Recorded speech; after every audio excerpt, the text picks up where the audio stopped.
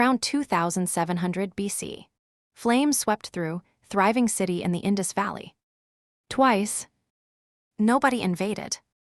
Archaeologists found no swords, no bodies, no signs of battle, only ash and silence. Someone burned their own home, then simply walked away. Why destroy what you built? One theory points to ritual. Another suggests fear, a threat so real that leaving felt safer than staying.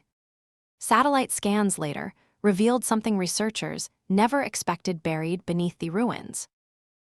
And that discovery changed everything historians thought they knew.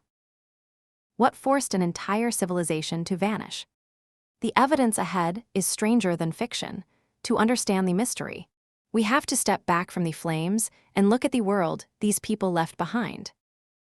Ancient cities were more than collections of homes. They were places where families lived. Food was stored, tools were made, and trade connected distant communities. Building them required years of work. Burning such place would have meant losing much more than shelter. That is why archaeologists pay close attention to the remains. At several ancient sites, excavations have uncovered thick layers of burned material. Walls show signs of intense heat. Wooden beams were reduced to charcoal.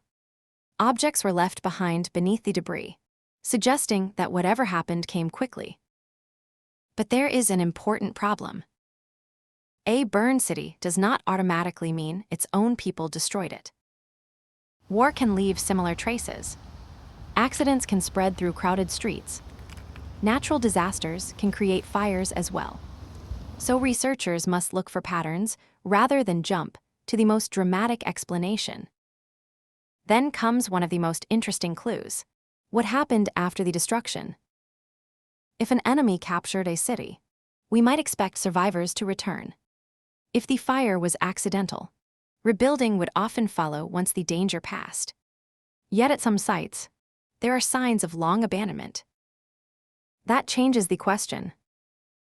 Instead of asking only, who started the fire, researchers must ask, why did nobody come back? Archaeology can sometimes answer that through tiny details. Seeds preserved in burned soil can reveal what people were growing. Animal bones can show what they were eating. Pottery can reveal trade links. Even the position of objects inside collapsed buildings can tell researchers whether residents had time to escape. And sometimes, the smallest clue creates the biggest mystery. Imagine finding valuable objects still inside a house after a fire. Their presence could suggest that the occupants left in a hurry. But if the destruction happened during an attack, it could also mean the attackers never had time to search every room. Neither explanation can be accepted without more evidence. This is where scientific testing becomes important. Researchers can study charcoal to estimate when a fire happened. Soil layers can reveal whether destruction occurred once or repeatedly. Chemical traces may help show how intense the burning became. When several methods point toward the same event, the story becomes much stronger. Still, there is another possibility. Some archaeologists have suggested that certain ancient communities may have deliberately burned buildings as part of a ritual or social practice. In such cases, fire might not represent defeat at all. It could mark the end of a household, a building, or even an entire phase of community life. But that remains a theory. There is no universal evidence proving that ancient people routinely destroyed their own cities before disappearing. And this distinction matters.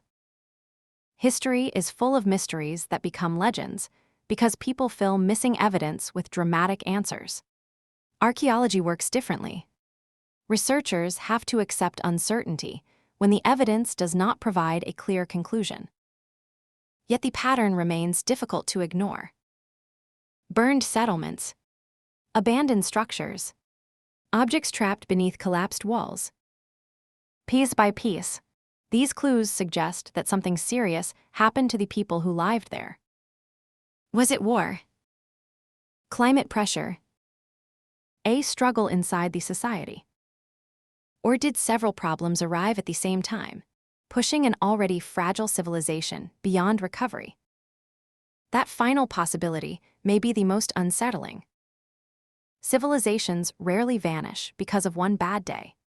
More often, pressure builds quietly. Food becomes harder to find. Trade weakens. Political control breaks down.